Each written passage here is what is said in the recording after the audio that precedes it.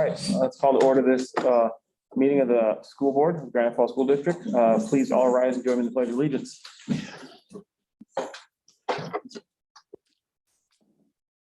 Pledge allegiance to the flag of the United States of America and to the republic for which it stands, one nation, under God, indivisible, with liberty and justice for all. Thank you, everyone.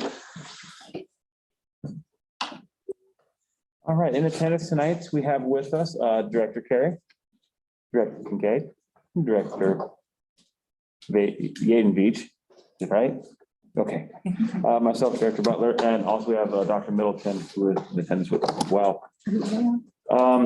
Moving on down our agenda, we're on item 2A. There's a proclamation I'd like to read. The State of Washington Proclamation. Whereas education support professionals are involved in nearly every aspect of education, maintaining buildings and grounds, preparing and serving meals, keeping school facilities clean and orderly, assisting in the classroom, providing over 60% of all instructional hours to special education, English language learners, and opportunity gap students, performing and conducting research activities, providing information technology and media services, administrative support functions, and safe transportations, creating a secure and healthy environment, and many other specialized services.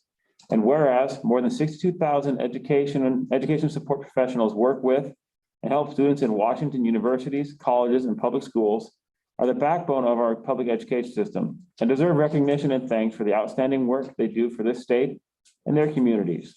And whereas education support professionals are instrumental in fulfilling the state's responsibilities to educate all students, and by supporting the learning environment, they serve as crucial partners with teachers, parents, administrators, and school boards.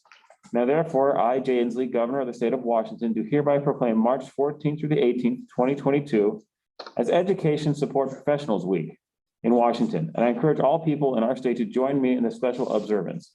Signed this 18th day of February, 2022, Jay Inslee, Governor.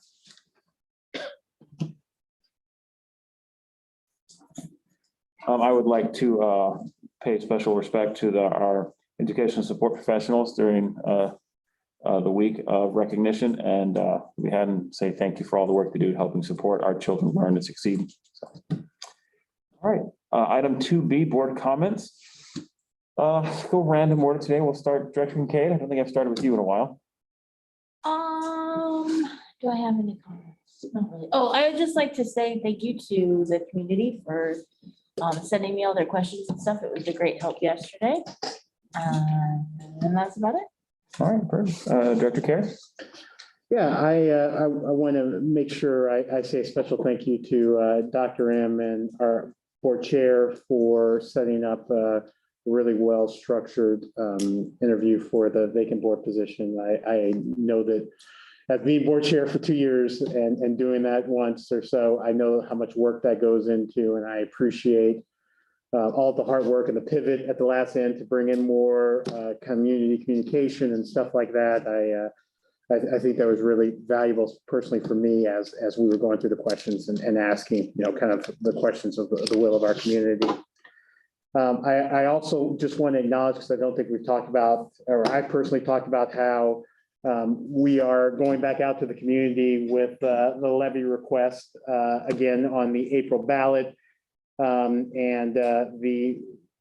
the numbers haven't changed, one of the things that I heard kind of clear from our community is we need to do a better job of communicating the need and communicating, the details and the information about the levy and what it goes through.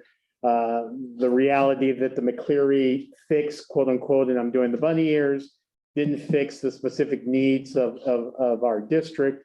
That there is still a need, there's still a significant amount of things that are not funded by the state, and that we need to do a better job of communicating that. And I just want to say that I get that message loud and clear, and that I will personally do my best to make sure that, I communicate, the need, that we are clear and we're present, and that we, I'm sorry, I shouldn't say we, that I speak more kind of clearly about that and provide information to our community so that they can hopefully make the right decision to continue to support us. And as I've said before, I have nothing but faith in this community. Granite Falls is the longest I've ever lived anywhere in my entire life.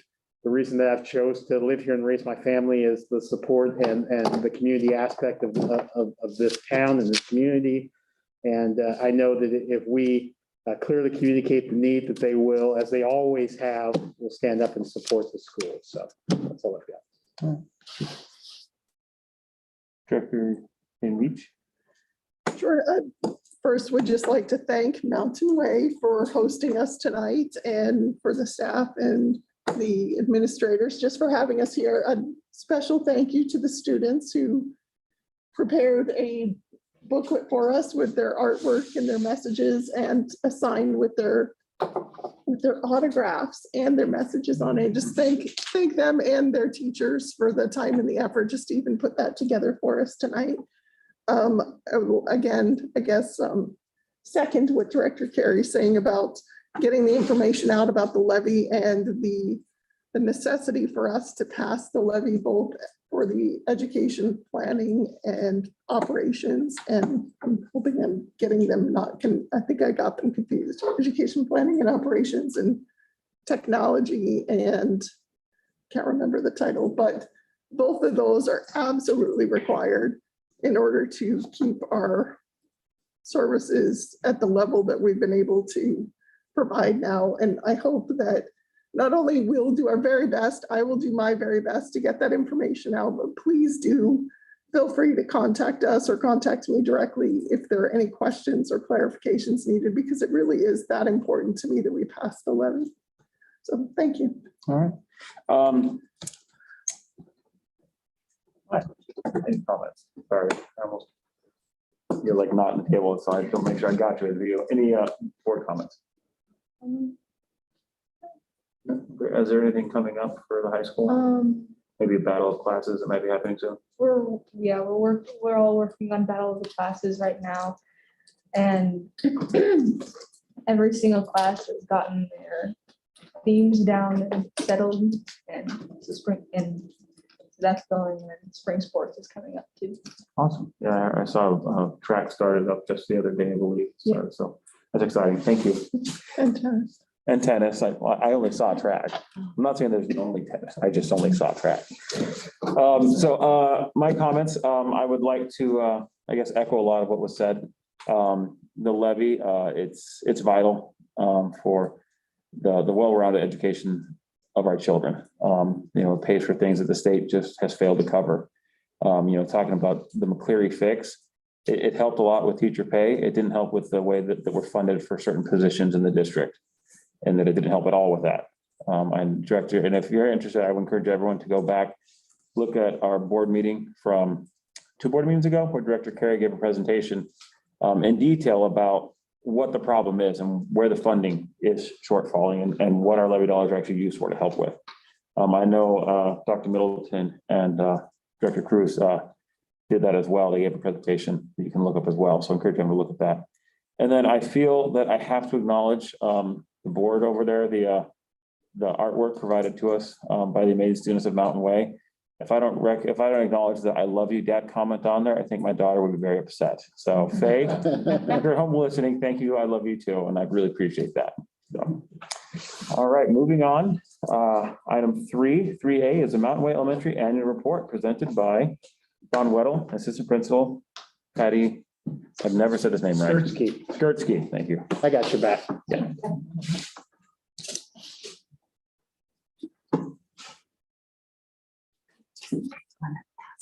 Yeah, absolutely.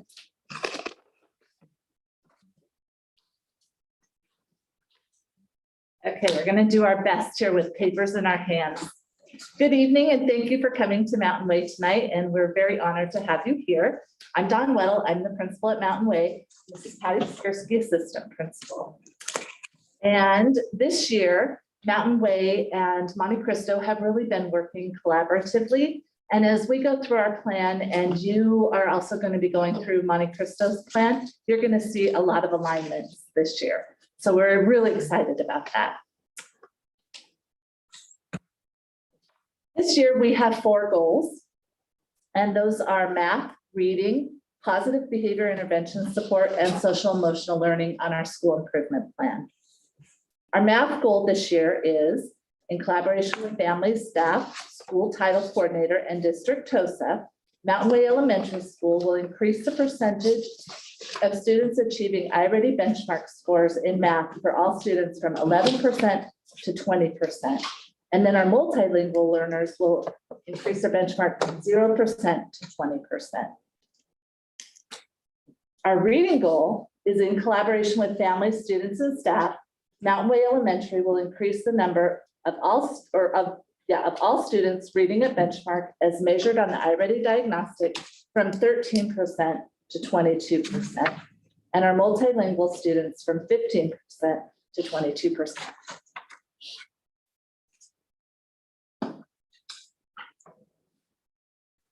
Okay, so our PBS and SEL goals, this is our positive behavior support and social emotional learning. In collaboration with family, students, and staff, Mountain Way Elementary will increase our baseline tier 1 score from 63% to 80% by June 2002. In collaboration with family, students, and staff, Mountain Way Elementary will provide opportunities for 100% of staff and students to access SEL supports by June 2002. Just to clarify for anyone watching, SEL is social Emotional learning. Yeah, make sure everyone knows that. We try really hard to cut down the acronyms, so everyone watching can know what we're talking about. Oh, sorry to interrupt. You're perfect. So this is how we came up with our goals this year.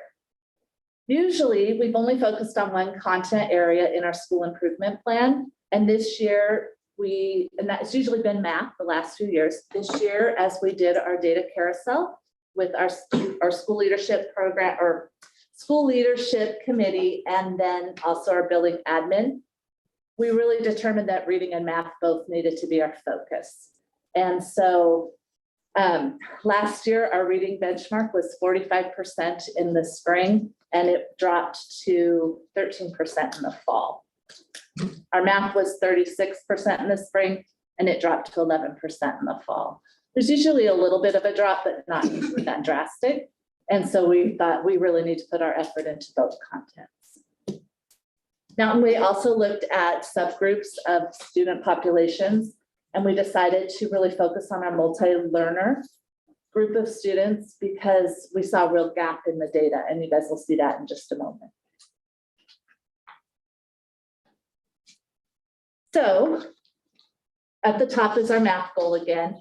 And this chart just shows where we were in the spring, where we were in the fall for our diagnostic, where we are in the winter that we just took in at the end of January. We have our overall percentage and then kinder first and second. And so last year, our students again ended the year at 36%, dropped to 11%, but luckily we're back up to 28% now. So we're on a real good trajectory, and we really need to keep that moving. So all of our grade levels did that. They really bumped up. We still are working on first and second grade to get up to our goal area, which I'm sure we're going to surpass. And then our ELL, or our multi-language learners, they scored 0%. None of the 27 students that we have in our building scored at benchmark in the fall. But this time when we took it, we had 14%, which was for students who were at benchmark. So we really need to focus on getting those first graders up and then bumping our second graders and of course our kindergarten students.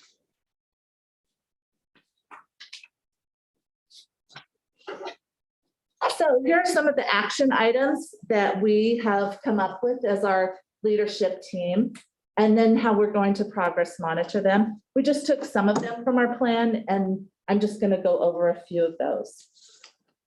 So one of those is conducting iReady data analysis. We still monitor, well, we're going to monitor our progress by looking at trends, analyzing growth of groups of students and individuals, and identifying the individual needs of students as identified by the diagnostic. And this will be done for both reading and math. We're going to be providing ongoing and targeted professional development around iReady with the district TOSA and iReady curriculum associates. These will be scheduled throughout the year in areas specific to analyzing data, identifying individual needs, and grouping of students. This professional development will focus on our math and reading data. And one, see if I can find it. I have a sample. We had a professional development just a few weeks ago from our iReady associates, and they talked about doing a quadrant and where our students fall in the quadrant according to our iReady diagnostic. And this is just a sample of a teacher that actually went out and completed this and is using this in her teaching. So it's exciting to see the professional development put into practice.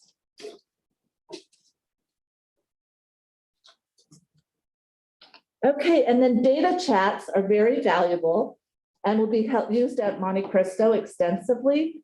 And so at Mountain Way, we feel like it is our responsibility to teach the kids how to do a data chat. What is a data chat? What is data?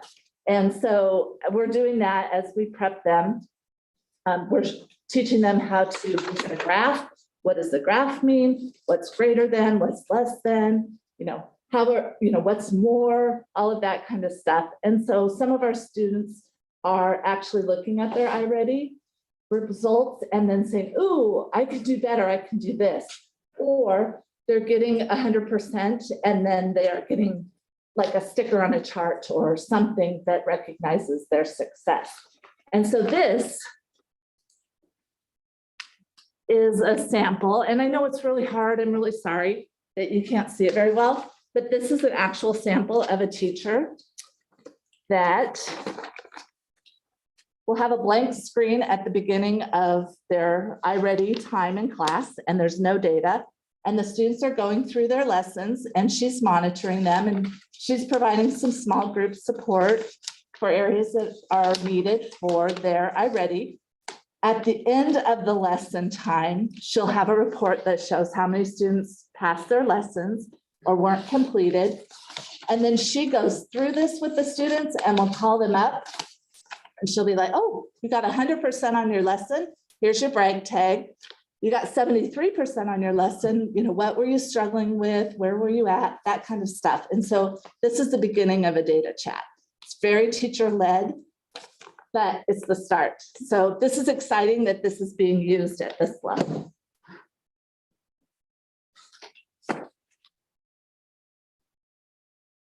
Okay, now I just have to find where I'm at.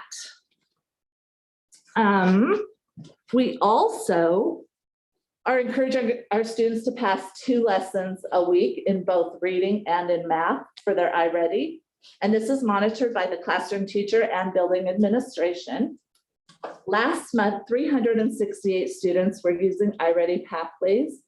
And as of yesterday, 180 students of our 470 students have had time already on iReady this week, with 88% of their lessons passed. One of our action plans is to create an iReady campaign where student progress on lesson completion is tracked and is celebrated in classrooms. And so I'm going to show you a little sample of that too, because it's so exciting to see it in action. This is a chart that is in a teacher's classroom and the students' names are on there and they get to put a sticker every time they pass the lesson. And the stickers are color coordinated for reading and math. So she can track just by looking up at the wall where the students are, if they're completing their lessons or not. And if she needs to intervene and provide some positive support. And then this is another sample. This is a February chart that's in a classroom. And as students pass reading or math lessons, they put the stickies on the cupcakes. And their goal as a class was 200 lessons in a month. And this class passed 335 lessons this month.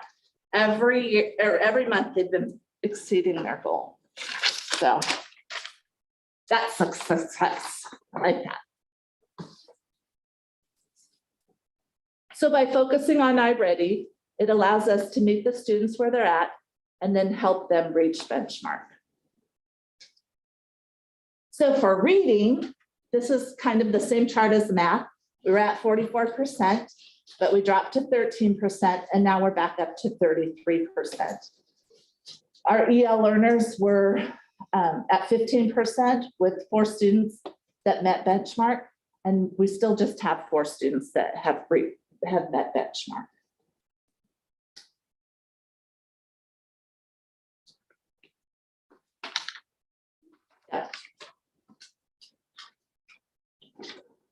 So as you saw in the last chart, our multilingual learners are still struggling at meeting the benchmark. And so we are really focusing on first and second grade students. And our multilingual students are currently in a pull-out program where they're working on vocabulary, sight words. They're going through a basic reading curriculum with reading foundation skills, and then also really communicating in English and learning more of the English language. So we are celebrating this last diagnostic, but we have a great deal of growth to make. So our action plan steps are very similar again to our math plans.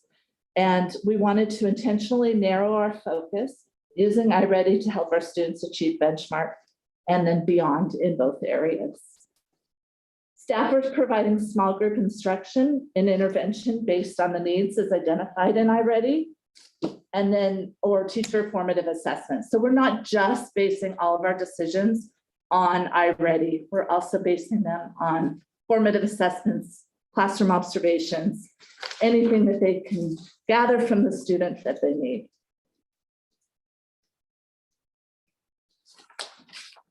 Okay, and so we also are implementing the early literacy screener this year, which is, we're implementing RAN, which is a rapid automated naming screener.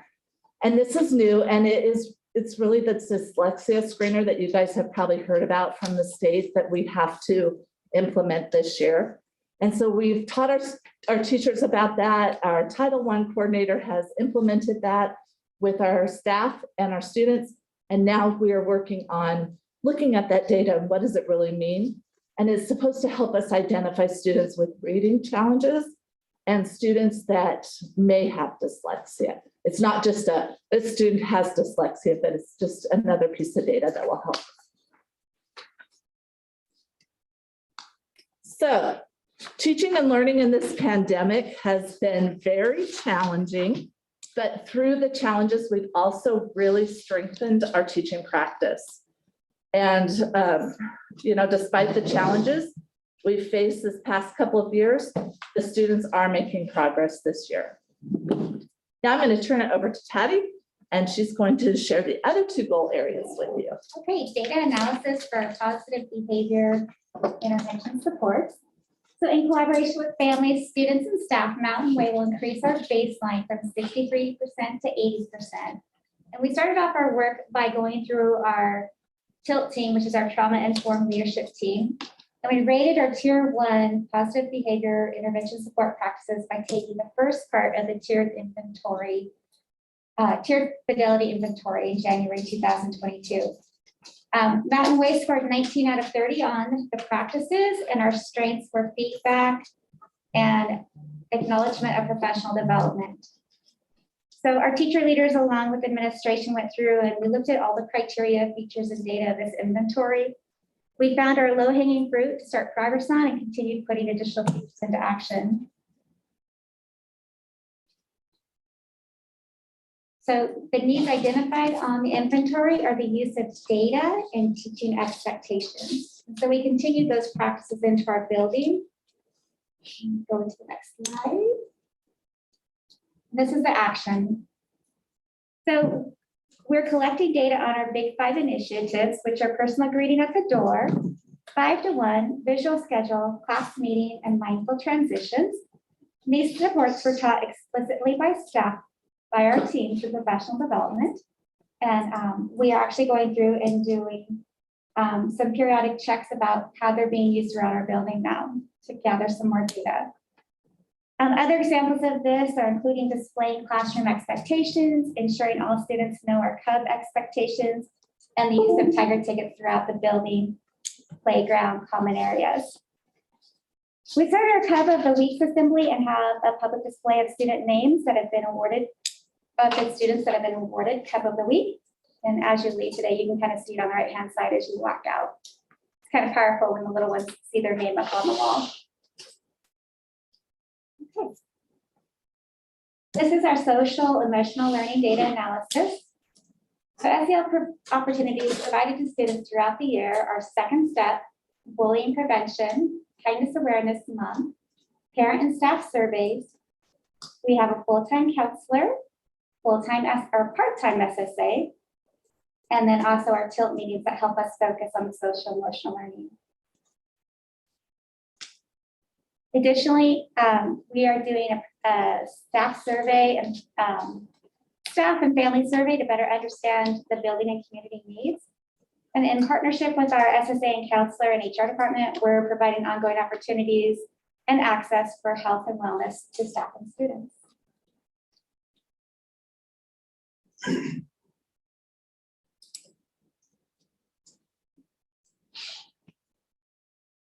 On our survey that we're going to be doing, the survey results between winter and spring will be compared. And we are continuing with our second step curriculum and just making sure that we are going through all of our action steps.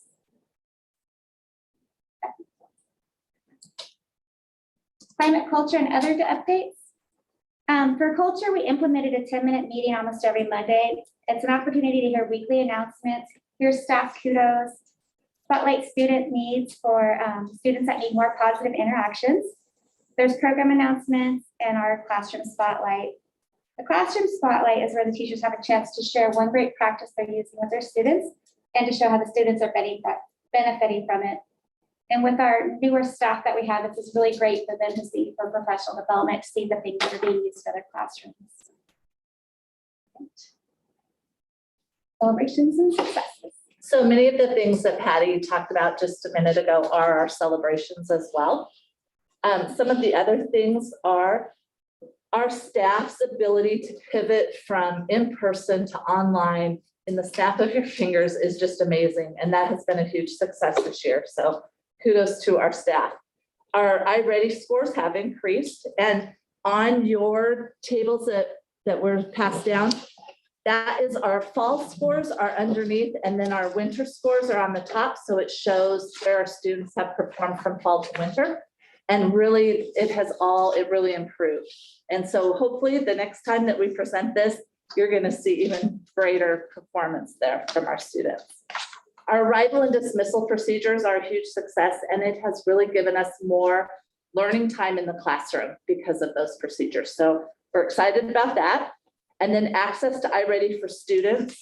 We know that it is a monetary commitment, but we were really appreciative of that. And then also appreciative of the PD for staff, the professional development.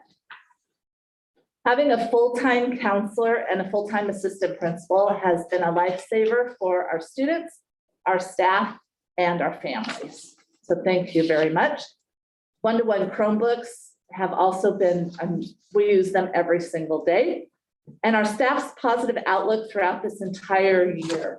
It's that we can do it and we do what's best for kids attitude and motto that we just keep living it every single day. And then incorporating STEAM at Mountain Way Elementary has been a huge success.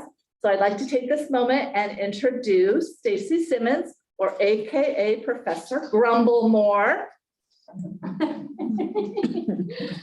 I just wanted to say thank you so much for allowing us to have STEAM at our building, because the kids at this age just need, kids at any age, they need the hands-on learning. And it helps in all kinds of areas. Got it.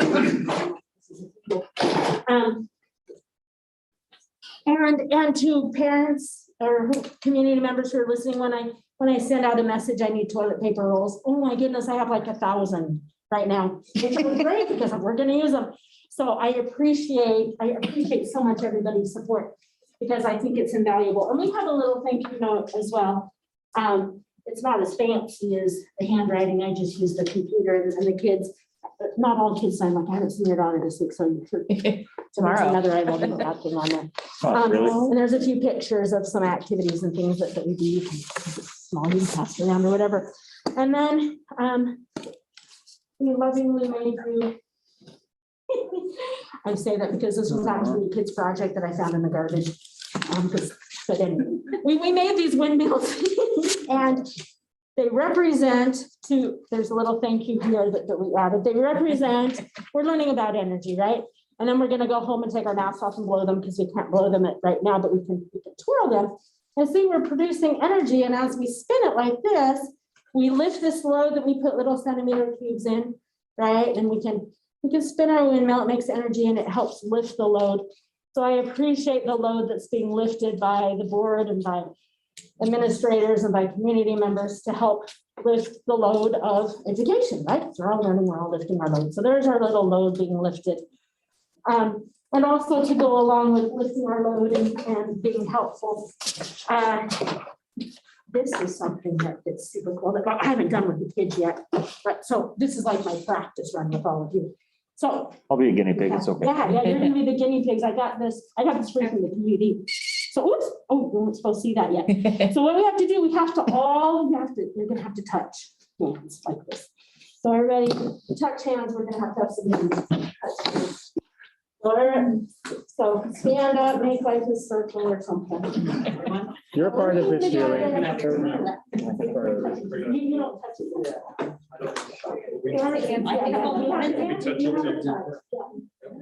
Because what we're doing, oh yeah. So she's ready. Come on, Dan. Right? Okay. Okay, are you ready? We're gonna make a closed circuit.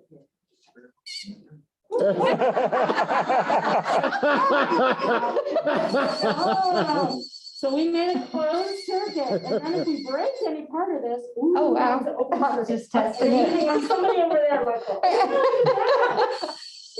Somebody over there. Yeah.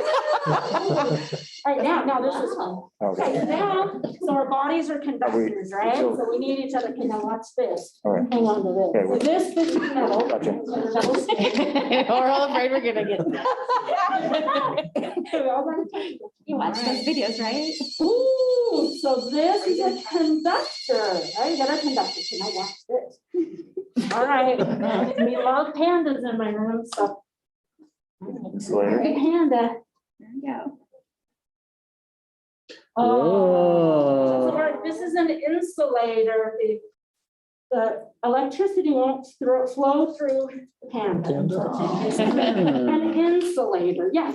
So, so the analogy I want to make is thank you for all working together because we can do cool things. And another cool thing, because of funding and things, look at these fun things we can buy. Watch this. Can I put it here? Yes. So here we have, and these are snap circuits, right? Snap them together into circuits. And there's a parent that bought me batteries, and I was so grateful because look at that, we have some batteries. Because this is electricity through batteries. When I touch these two together, it makes a circuit, makes a siren, right? How cool is that? Now, if we put a water bottle, okay. Yep, these two right here. Right? No, nothing. Watch this. Ooh, salt. A little salt in my water bottle. Here we go. Isn't that awesome?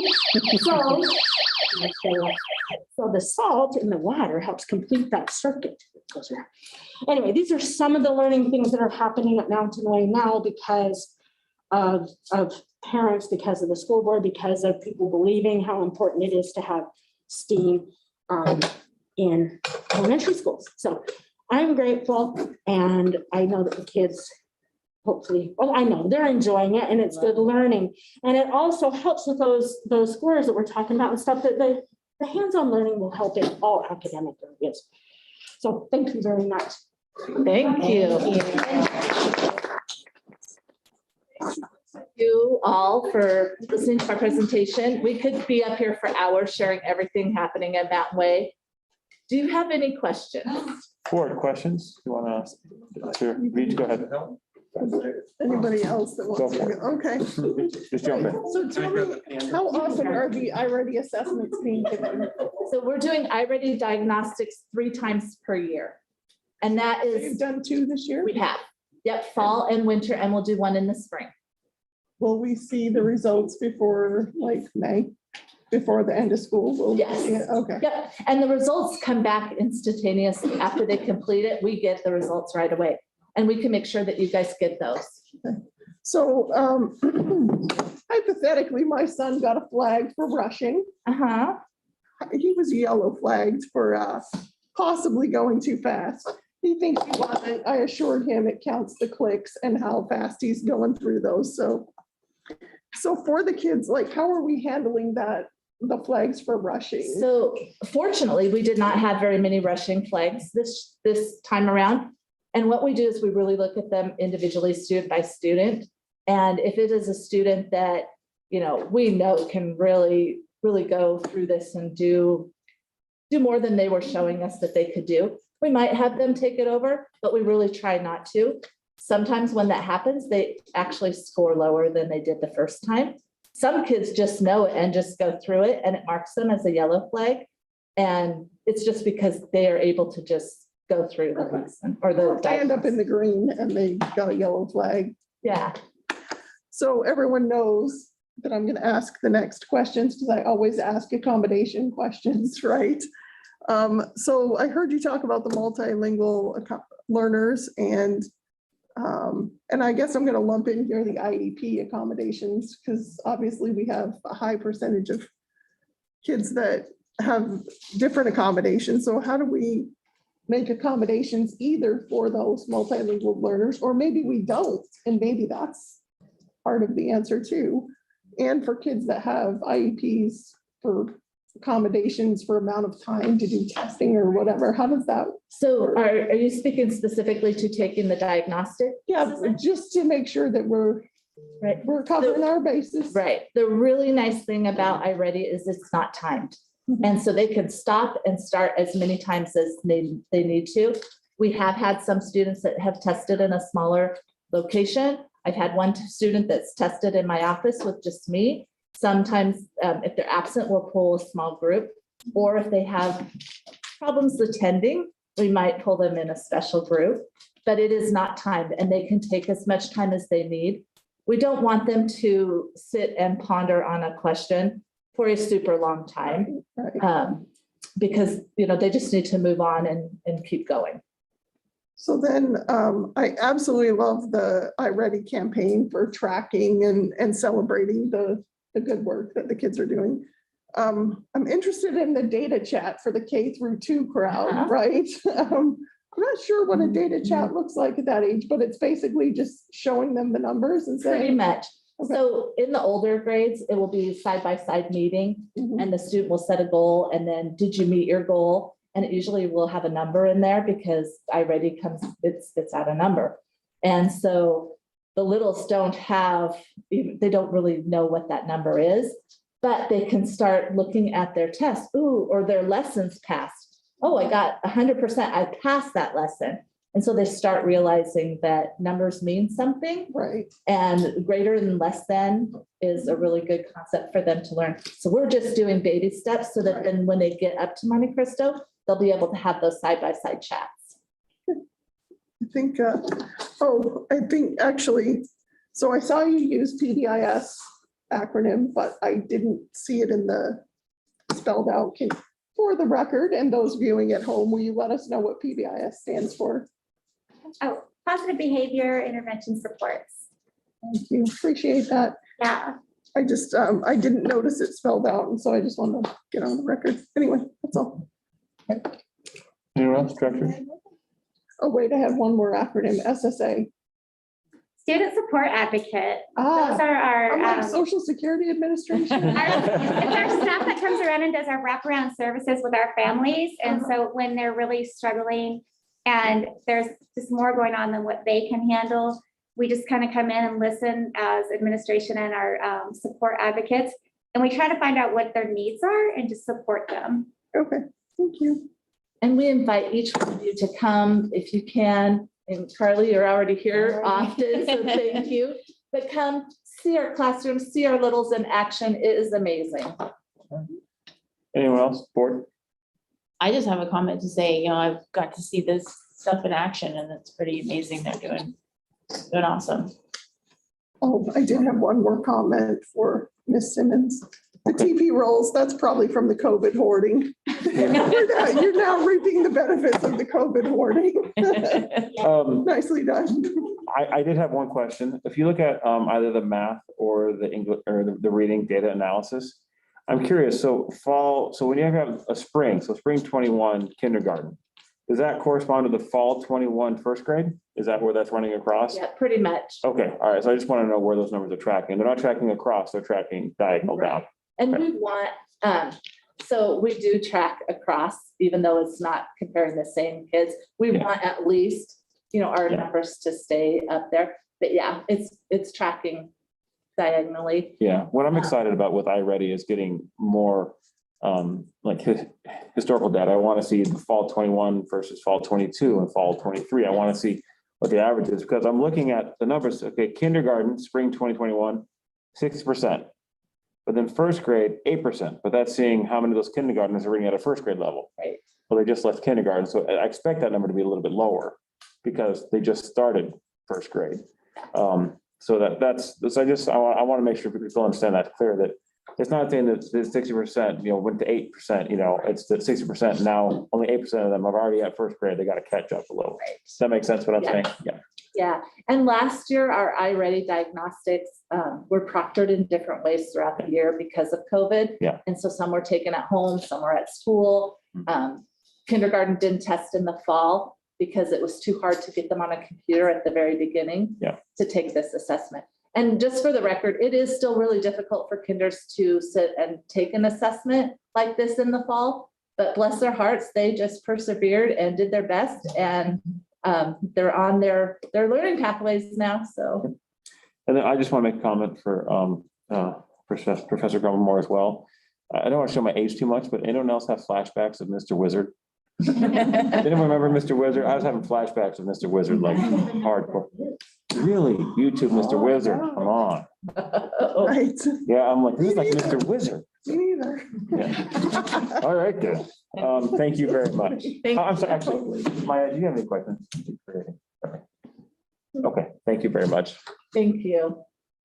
Moving on to item 3B, Crossroads Annual Report. Did you bring your science teacher? Oh. Although I have to say the cute little girl on the 100th day of school in the yellow dress was my granddaughter. Aw. Awesome. Now I'm gonna have to go back and look at. Humble brag. Okay.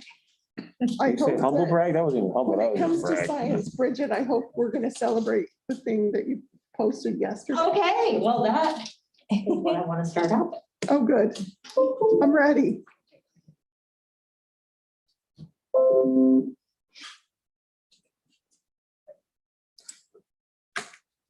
Uh-oh.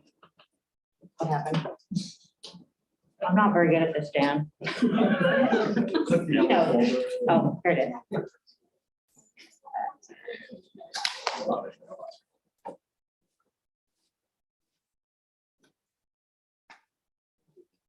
Thank you.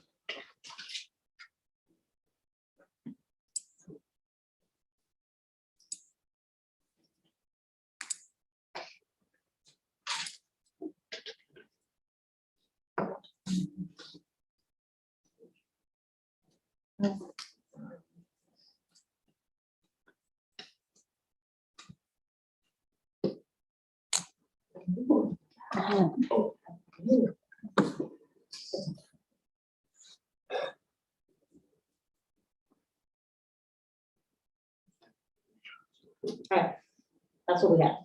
Yeah, there you go. Okay, so. Sorry, it's not. Slideshow for that.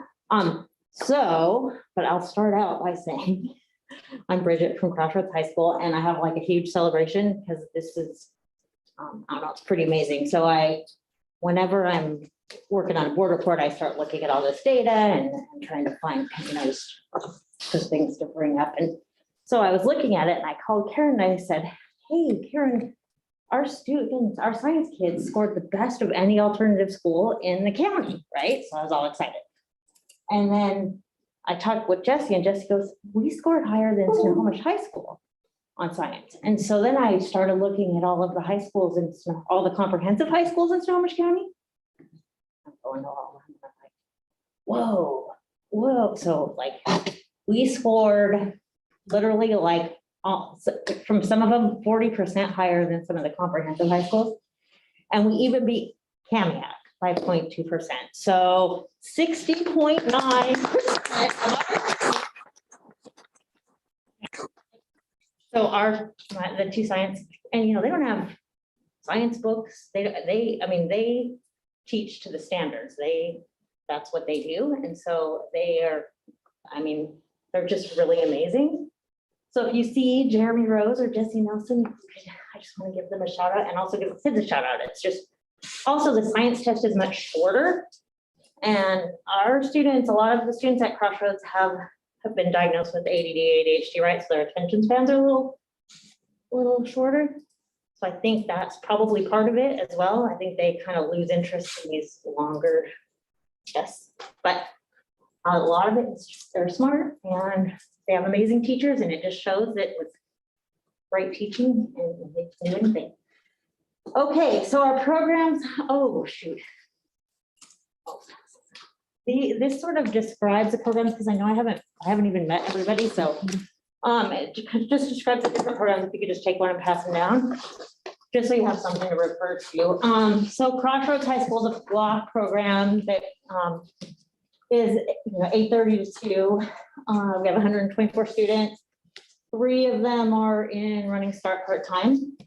Remote, so we've had a contract night school program for many, many years. We usually don't have more than 10 kids in that program because they're like teen moms or people that have to work full-time and that sort of thing.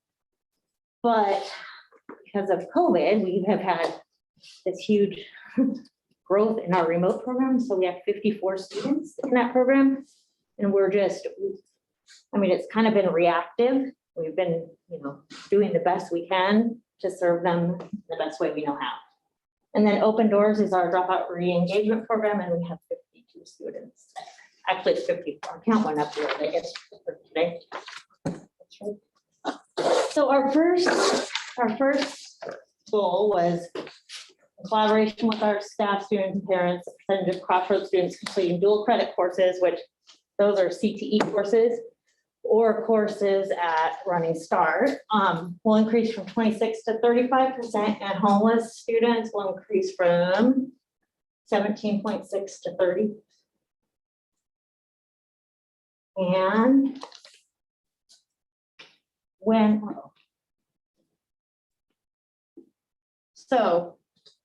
we created the goal, last year's data wasn't on the annual report card for OSPI yet.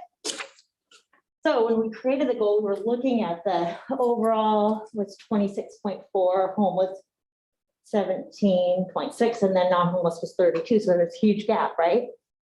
Now the 2021 scores are out, and we actually already met our goal, but we met it the year before, and we just didn't know it. So so it's pretty cool. Like it went up by 20% for our homeless students.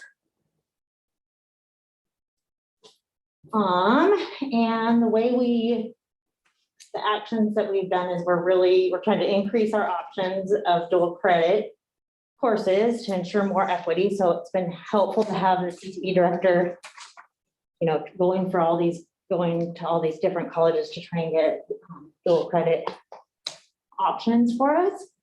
Our progress monitoring, we monitor progress every quarter. And then we also have our McKinney-Vento counselor, but we look at credits, accrued credits on a quarterly basis.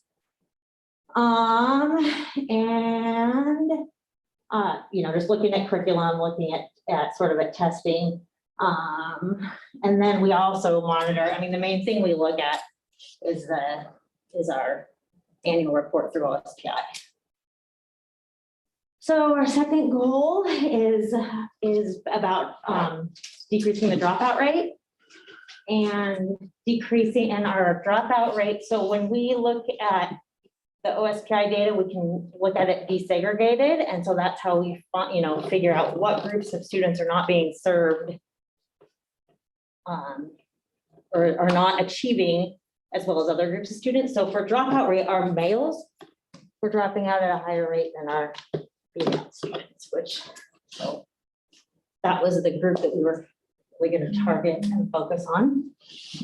So it's the same thing. We look at credits, we look at, I'm doing lots of like phone calls to our young men that are skipping school and that sort of thing. Just kind of targeting the boys. We're trying to get more hands-on classes that they're interested in. They really, really like. They really like the hand. I mean, obviously with those kind of science scores, they not only like them, they excel at them, those classes. So, I don't know. I put this on here because this is. So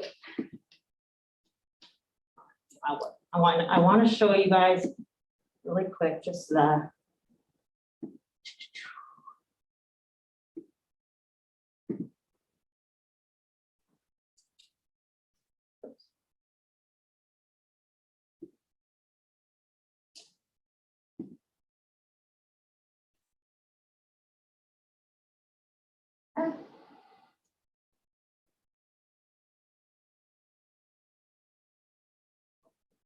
So that's just our graduation rate trend. So I mean, and this is the public facing data, so anybody can go to it.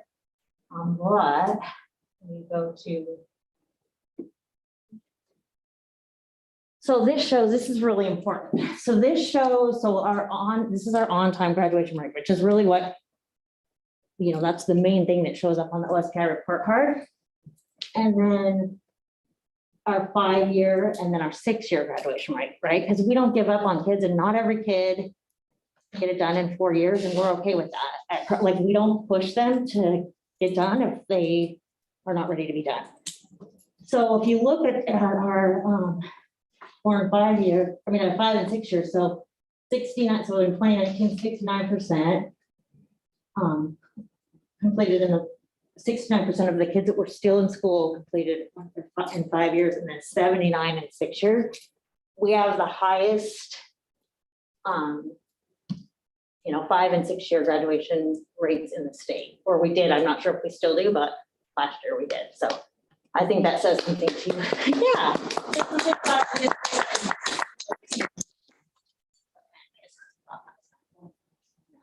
Get out of this. Can I just ask a question before you go away? Oh, you went away. I can go back. No, it's okay. I think you answered it, but maybe I was blinking too long. So there was a year that the seven-year number percentage was lower than the 6 year. So that just means of those in the 7th year, this is how many completed 7th year. Gotcha. Okay.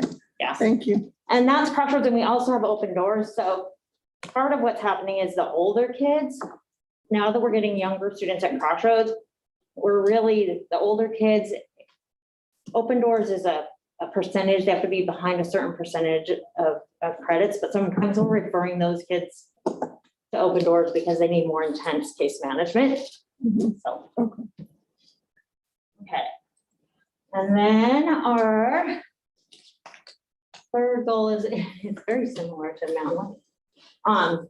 So this is, I'm not going to read the whole thing because it's pretty wordy, but basically we are wanting students to reach their potential, and we're using a trauma-informed multi-tiered system of support program. And we also have a trauma-informed leadership team that sort of oversees all of our behavior, social, emotional interventions in the school. And also they do fidelity checks to make sure that if we're doing interventions, we're doing them with fidelity. We're not, because it can get a little, so the evidence-based interventions, you need to make sure that you're following them precisely. So that's sort of a little bit about the MTSS. We also have a school-wide intervention team meeting that meets weekly. And so in that meeting, whatever kids are struggling the most, we go by 2Fs or more, or students who are having some serious social emotional things. We have conversations about them. We have a spreadsheet, and then we'll talk about what's the problem, what's the procedure or action that we're going to do who's gonna do it, so there's accountability, and then they can write notes. And it stays yellow with your name on it until you write what you've done in there. So it keeps more accountability. So when you look on there and there's yellow, you don't want your name to have yellow on it, because that means you haven't done your job, your intervention. Okay, so our additional supports are the positive reading at the door has been really tough this year because we've had, because of COVID and having subs, and I have to take this off because I can't. Having subs, and so we've had a shortage of substitute teachers, so teachers are covering for teachers all the time. So they're having to run to a different classroom to go cover. It's been really tough. Most of them have had COVID now. And so now it's the focus, right? We're really going to focus on the positive grading at the door, getting in the hallway. Because the research shows that it saves 8 minutes of instruction time and reduces discipline by 45%. So in the classroom. Tier 2 is a class pass. So that is, that's students who are out of class more than they should be. So we have a computer, like students have to check out of class on a Chromebook and check back in on a Chromebook. And it gives us the data of how many times they check out of class, how long they're out of class. That's how we decide who ends up with that intervention. Unfortunately, we don't have them in all of the classrooms, but we will. I think we're missing 2, but it gives us really great data. And lets us know kind of who's, when you're gone for 40 minutes, 43-minute class, there's an issue, right? So, and then our tier 3 is really mental health, our mental health counselor, who Ashley she's half-time does McKinney-Vento mental health counseling through the whole district, and then half-time Crossroads. So she has 35 students there. We have 18 students who have been hospitalized for mental health this year. And we currently have 5 on safety plans. So we're actively monitoring 5 students that are on safety plans. That means they're wanting to they want to harm themselves. And so we're using interventions to help them. Celebrations, woohoo, the science. I'm just like, I can't even, I'm so excited about it. I can hardly handle myself. Tatiana's piece of art went to the art show. I can't remember what the art show, but anyway, she got an honorable mention. She didn't get an award, but just to have it in there was pretty awesome. 65 students have gotten their food handlers cards, which is pretty awesome so it's been really nice. They actually have been getting food from the food bank and learning how to cook meals from the food bank food. And then they're going to do they're videoing that so that people who are accessing the food bank can watch the videos, and then they're also writing out the recipes. So super cool. And then we have an online paper called The Bengal Legacies. For the first time, our journalism class is doing that. So some pretty cool successes. And then, so this is them working on the garden. I don't know if you guys have seen it, but behind Crossroads, there's a garden that hopefully eventually will be a community garden. But right now we're just really focusing on growing food for the food bank. And then Sources of Strength is a suicide prevention program, but it really focuses on what's good, what's going well, and how can we make it better. So there's like these different domains. Our kids are working on a sense of belonging, so making sure every student belongs, and a positive adult. So they do different campaigns for the different domains, and we're actually, the prevention grant that we did with the coalition, I don't know if Dr. M knows this, but this is one of the programs that's best practice that hopefully we're going to be able to implement in the high school and middle school as well, eventually. So, and then food science, that just one day we had a situation with the lunch. We didn't have enough lunch people. And so our food science kids in the morning just decided to whip up some pancakes. And it was pretty cool. It was really, really fun, actually. It's their putting their skills to work. So that is it. Question. Board? Yes, you know, I've been writing down I've been questions. watching, I'll let you go I first. know. Makes it easier because we write down a lot of the same things, so I don't mind. Oh, I hate hearing myself talk. well, there's several things that I absolutely love, and of course I want to mention those, but I'm curious on the dual credit, which was like slide 1, right?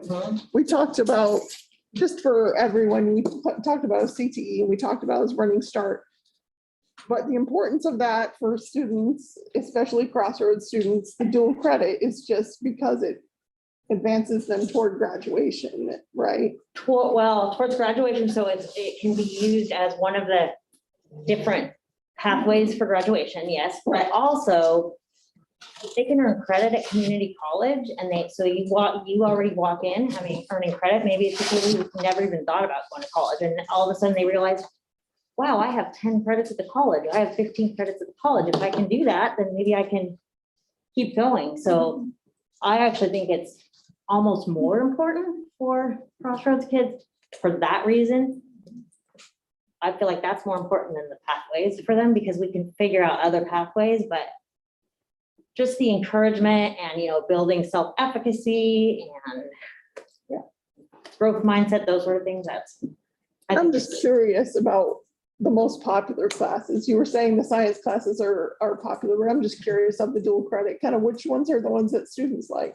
of the dual credit classes. Well, just any of those, the dual credit classes or any of those classes that these kids are kind of gravitating towards. I'm just curious. They don't love the dual credit. Okay. Honestly, like the rigor is higher. Yeah.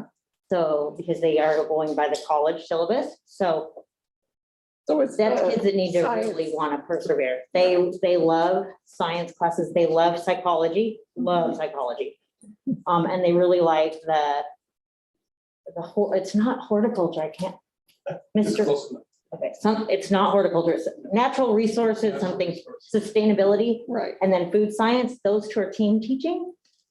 And that's probably our most popular and our most productive class they really are doing some amazing things there.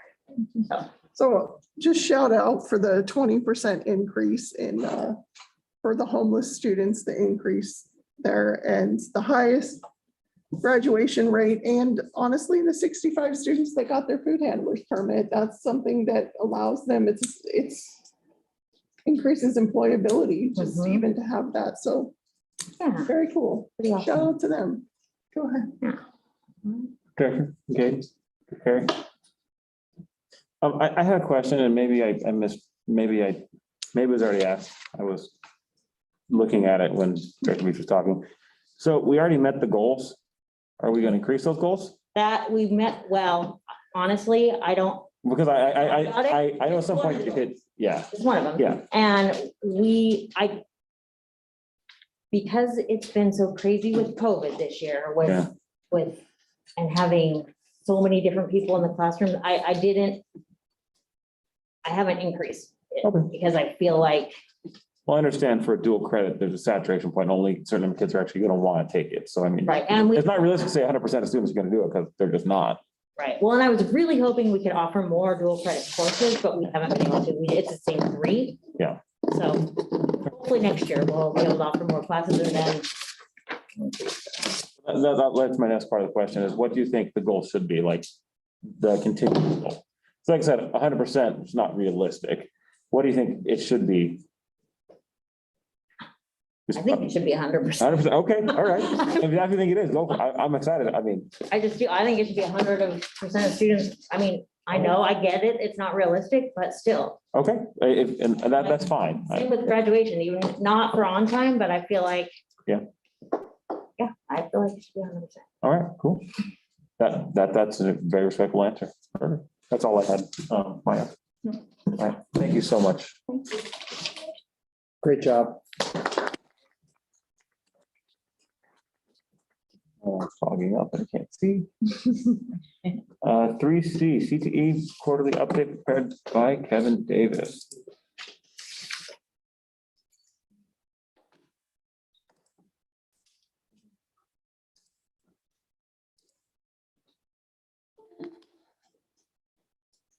So you prepared this, Mr. Davis, are there additions you'd like to make? What's been prepared? Are you presenting or Pardon me? are you presenting tonight? Yeah, Oh, okay, all right, it just said prepared, okay. that's what I thought. If I don't have to present, I'll go sit down.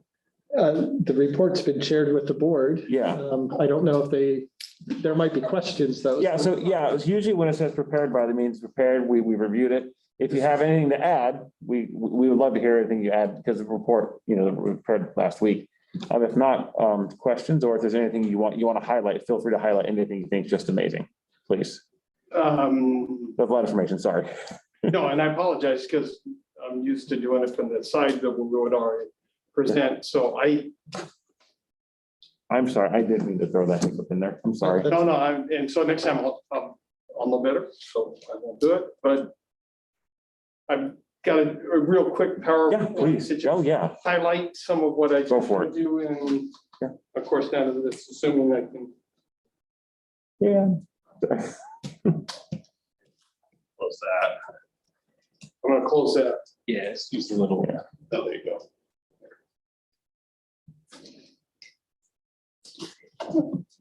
I'm sorry for throwing that wrench in there. No, but thank you for Yeah. telling me, so Yeah. that next time I am better.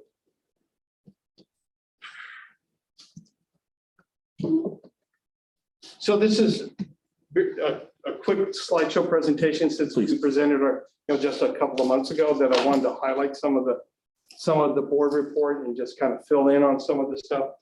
What you see now is we're transitioning to the spring, so we felt like this was important. But this is actually in Mr. Paul's greenhouse as he's getting ready for the plant sale, which will be coming up. So you're going to see some of those pictures as we go on.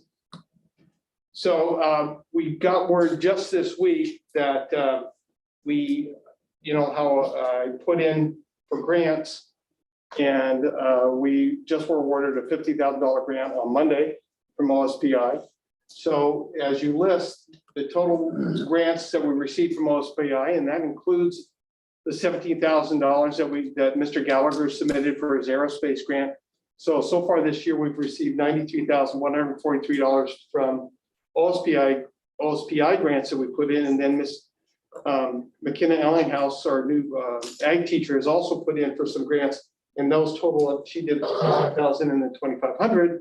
So our grand total this year for CTE grants is about 120,697. Don't expect that next year. I'm just, okay. Oh, no, you gotta go up next year. So I've been meeting vertically, and there's another slide here in a second about vertical teaming with all the different programs that we have in CTE and getting together. One of the questions we ask, and especially January, February timeframe, we're getting ready for new courses, registration. What are we doing next year? Where are we program heading?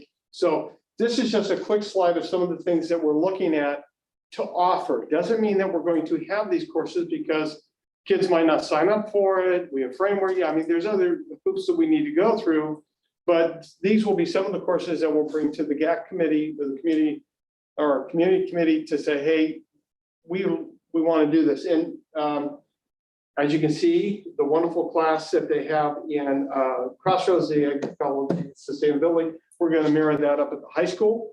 We're going to have an independent study supervised agricultural experience. We're going to offer Culinary Arts 2 up the high school because we already have one. Advanced video production 2.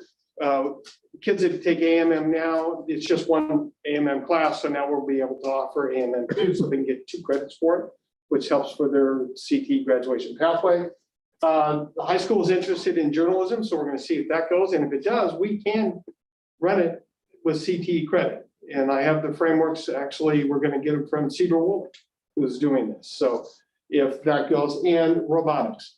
We wanted to start to offer a robotics class since we have a very popular program at the middle school. We'd like to offer that as something at a high school. At the present time, this is just a semester class. We're going to crawl before we run. And so this robotics course, which actually is being taught down in Marysville right now, that will kind of, we'll put a Granite Falls spin on it. Just let's get it going. Let's get it out there. Let's see where we want to go, because you can go several different ways within the robotics, but get it up into the high school. Crossroads, Psychology is one of the popular courses, and so we're going to try to offer a second level psychology course possibly. We're rewriting the health and the career education. Ms. Barth is spearheading that. We had frameworks that were in 2015, so we're updating those frameworks and we're getting to where we want to do it now. But so they'll end up being new courses that we'll offer. Middle school, we're going to offer a different 7th grade culinary. It's going to just look a little different than what it does now. The other thing we thought was exciting, we visited, and we talked about this elsewhere. We took the culinary arts teachers over to Lake Stevens to see their new culinary room and talk to them about their programs and some of the things. And we kind of came out of that with, we'd like to do a baking class at 8th grade level for our culinary class. And I like that. And we're vertically teaming, working it so that those kids are learning skills that will transfer to our Culinary Arts 1 or our Culinary Arts 2 class because they're working together as that. And we're also going to take them over to Stanwood. It's got a brand new culinary room, show that to them too in the near future. Information technology is a class that's being taught by, will be taught by Jocelyn Johnson at the middle school. And it goes over CAD, 3D printing, and I'm going to forget it.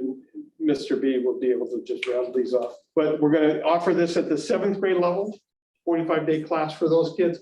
And then a new take, and I was talking to Mr. B about this, is that offering a 45-day marketing class married to a 45-day, and so that's core 1, core 2, married to a career link exploration.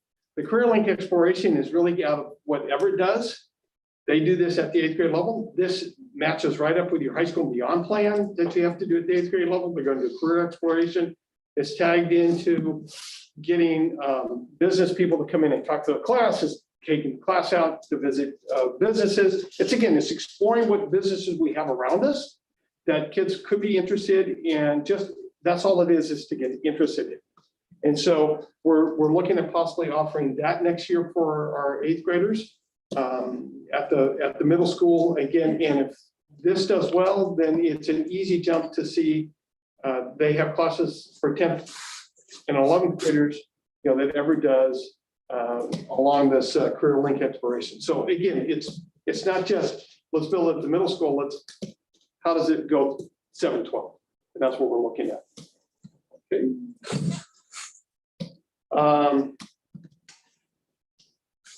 I included this in it, so I'm not going to get too big, or you might have questions about work-based learning. Work-based learning has been around, it's been there, but the feds through the state this year has expressly required certain things from CTE departments concerning work-based learning. You have to do certain activities, you have to meet certain criteria, and we've gone over that with the high school and Crossroads, and we will be going over it with the middle school. This year's our baseline that we'll be collecting data. So we're just trying to get it up and get the teachers to do it. You have a copy of what those definitions of those activities are. I'm not going to go over that this time. If you have questions, I'll jump into that. And then here's where the vertical teaming. So, here's when we met. We're still, because of some vacations and COVID, and everything else that kind of happened, we had to push a couple of these meetings out. So we'll be wrapping them all up in March. Professional development that we've kind of got, culinary arts, yes. We took them Lake Stevens, we're going to take them to Stanwood. And the great thing about this is at Lake Stevens, their culinary arts teacher is also the president of that cluster in the state. So we have good experience, and it's great to just watch them have that conversation with each other and talk about what they're doing, except, it's that professional development that they're sharing. Well, and we'll do that there. We're going to send, I know Chris Gallagher is going to go to this. This is our manufacturing people, and we're hoping that Jocelyn Johnson from the middle school goes also to it. Yes. Could you decipher that acronym? TEA? Yes. No, I'm just going to skip this slide and pretend I didn't see it because I can't remember. Technical education. I can't remember what the W Is it industrial, isn't it? Yeah, it could be industrial. Sorry. It's okay, no problem. Open it up for me. I am. How did you know this at? I just, Information. you know, and I'll take it acronyms and spell them out next time. Washington Industrial Technology Education Association. I'm just smart. I'm just Randall to have all this knowledge in my brain. I don't know. Oh, internet access. I'll let you come up to that. Yeah, no. And that conference is going to be in March in Wenatchee, and Mr. Gallagher is going to do it remotely. And so it's a great conference for those guys to go. We have some other, you knew the Fbla competition took place at Stanwood, and there's a success of that. Skills USA, we're going to do that. It's at Boeing this month, and Chris Gallagher will take some of the students to there, and they compete in various skills competition in the manufacturing side. The EcoCar trip, which you graciously allowed us to go to, we're putting that together. Right at this moment, as I stand, I think we have 10 students that are going to go and compete, and an electric car and a diesel car, I think is what we're going to take that. So everybody's kind of excited, and we're working towards that. And the kids have raised, they think they'll have raised about $4,300 towards that trip by the time it's done, by doing projects and work inside of the class and stuff for outside. So I think it's doing some good stuff. And the Culinary Arts. The bottom picture, if I could just kind of point out in the bottom two on the left, or all these on the left-hand side, this is Fbla. Culinary Arts, again, we're exploring and branching out. She took it upon herself, the teacher, Ms. Vento, to serve staff lunch. So we kind of catered the lunch for them. It's the first time we've ever done anything like that. And these are pictures of the kids as they were working in there. And they should be up on our webpage, or will be soon. It was really a great thing, and the food was really good. I know that several teachers took advantage of it, and I was included in that. Ongoing this year, just so you know, we've finished with a program approval for family consumer science. OSBI's had a lot of fun. This was due at the end of January, and they've had to push it out to the middle of March because of technical issues at OSBI that they've had to correct and then recorrect. But we've got our family and consumer science for all programs have been submitted, and we anticipate them to be approved. You do that every year, different thing. The program study evaluation, that's where I meet with the CTE teachers, and we go over your program. You know, Director Carey, how was your program? What was the good points? What are the bad points? What are your goals for next year? And we do that every year. And we've already got that out to them this year now, so they can meet with their advisory committees and get this done by end of June. Our general advisory committee meeting will be this month. Unfortunately, we weren't as farsighted and didn't notice that that's St. Patty's Day, but we're still going to have the meeting. It'll be at 6 o'clock that night. And in that's our last GAC meeting of the year. And in that, we talk about approving all those new courses that we want to offer and meeting other state guidelines with the advisory committee. That was it. Board, any questions? I have one question. And many years ago, I think Dr. Carey and I were the only ones on the board currently who were there at the time. We went to a conference and we heard a great keynote address talking about how kids involved in extracurricular activities, especially STEAM activities, tend to just excel in all academics because they're invested and it's something that they care about and they excel at. So kind of a loaded question. I think I know the answer, but how do we pay for all these programs?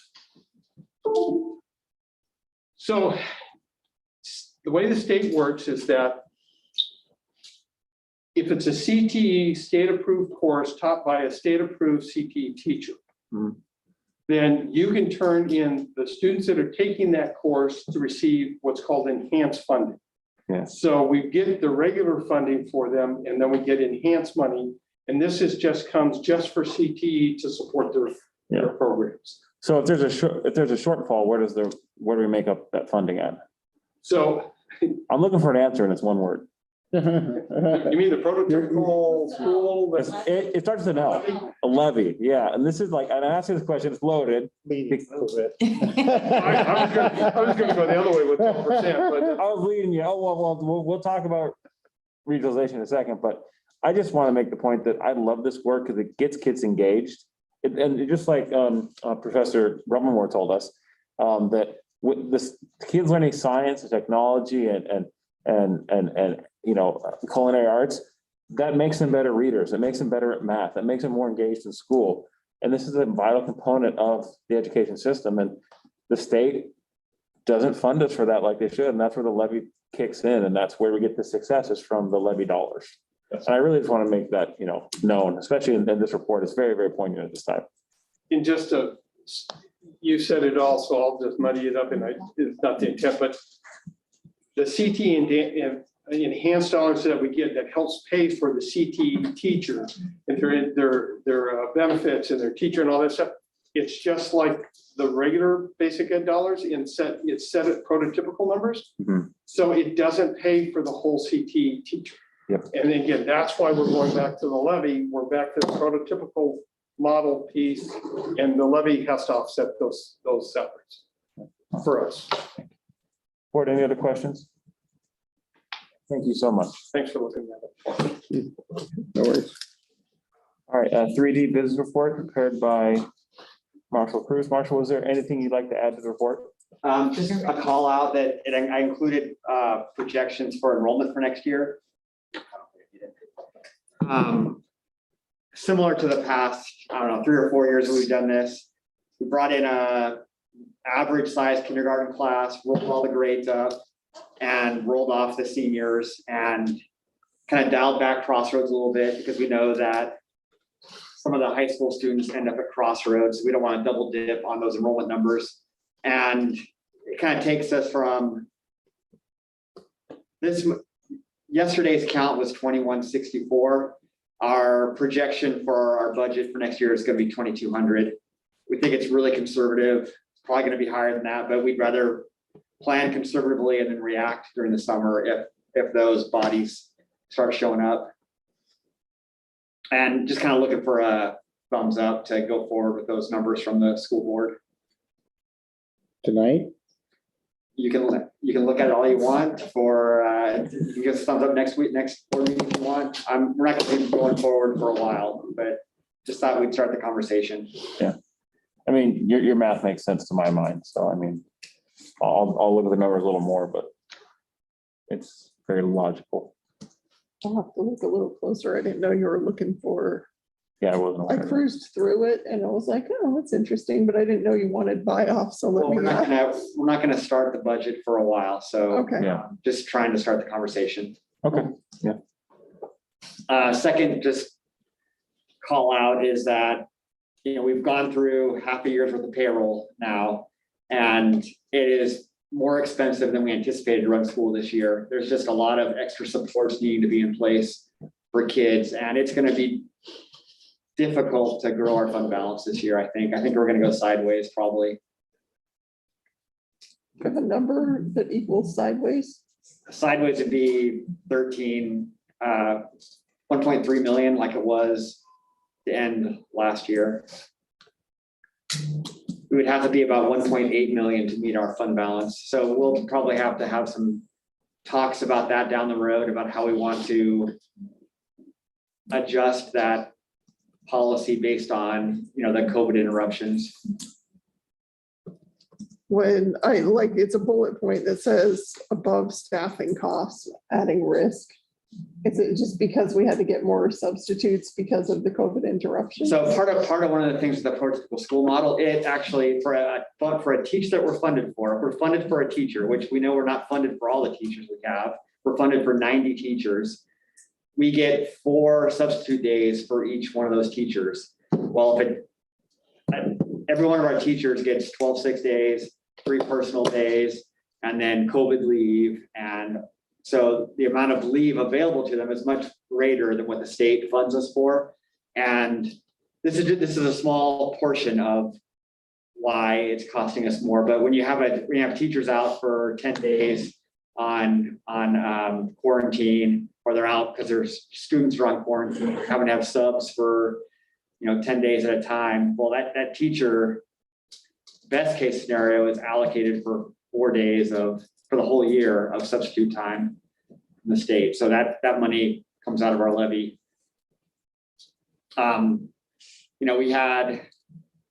We bargained for 2.5% raises. The real cost was about 5.5%, just because people moved up and down and to the right on the salary schedule. And our salary schedule is a matrix where their wages increase as the years go down or go up, and as their experience, their education increases, it also increases the wage. So there was a lot more stepping than normal this year.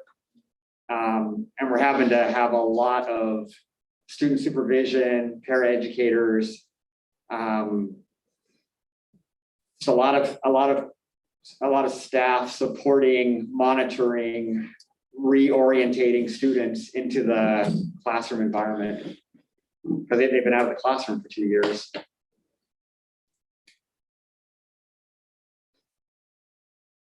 And we're offsetting that with some of our CARES money, but we also know we need to have some of that CARES money for some really rigorous summer school activities, and it's got to last us 2 years, the CARES money. So if I'm just saying it back to you to make sure I understand, as far as the time away, sick time, PTO, whatever it is. So we're paying for the teachers' benefits as far as PTO, time off, plus we're paying again for the substitute to be there at the same Right, time. So basically we're doubling up. I'm just Right, trying to sum that up for those at home. So we're basically doubling up the cost, and we're only reimbursed for 4 days. right, And often the number is 10. yeah. And so, okay, gotcha. Board, any additional questions? Thank you so much, Marshall. Yep. All right, 3E, Superintendent Report, presented by Dr. Middleton.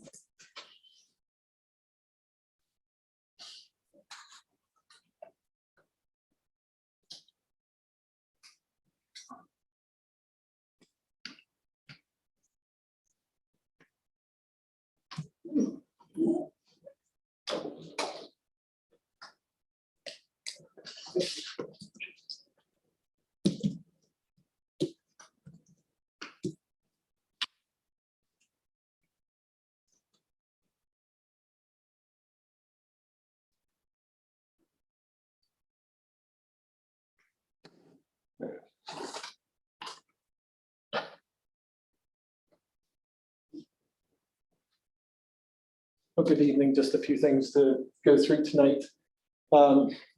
Today, Mr. Cruz and I held some staff meetings to sort of talk about the levies from February and the upcoming ones in January. And we went through a lot of this presentation. And we wanted to talk about COVID before, just because I know there's some questions on that update. But before we get to that, I would imagine if you're feeling like I'm feeling, besides Success in Ed, probably our other favorite nights are to be in the schools, hearing the presentations. And I know for Bridget and Dave, we look forward to being in your schools next year. And sorry that the timing didn't work out as well this year, but we will be back next year. And Dawn, thanks for hosting. And for Kevin, thank you that was my misunderstanding. So thank you for your presentation tonight. And it just goes to show, again, a lot of the great things that are going on. I go back to what Director Carey has said a number of times. Are we telling our story well enough? And we've just went through 3 presentations of just some pretty outstanding things that are going on in our district. And we'll continue to get these things posted and out to the community, and just finding a way to tell those stories. Our quick COVID update that I wanted to share, of course, the optional mask and mask mandate drops to optional on March 12th. A lot of questions have started coming up from staff as to, if I'm not vaccinated, what does that mean for me? Do I have to wear a mask? And down to students. And I've been just trying to reassure the staff that it's not until March 7th that we hear from the Department of Health on what those guidelines will be. And what we're hearing is they will be recommendations. They're trying to move away from mandates now and into recommendations. So when we get that on March 7th, and then on the 8th, Snohomish County superintendents always meet with the Snohomish Health District, and we hear what their advice, or in some cases mandates are, and then we'll disseminate that to our staff and community.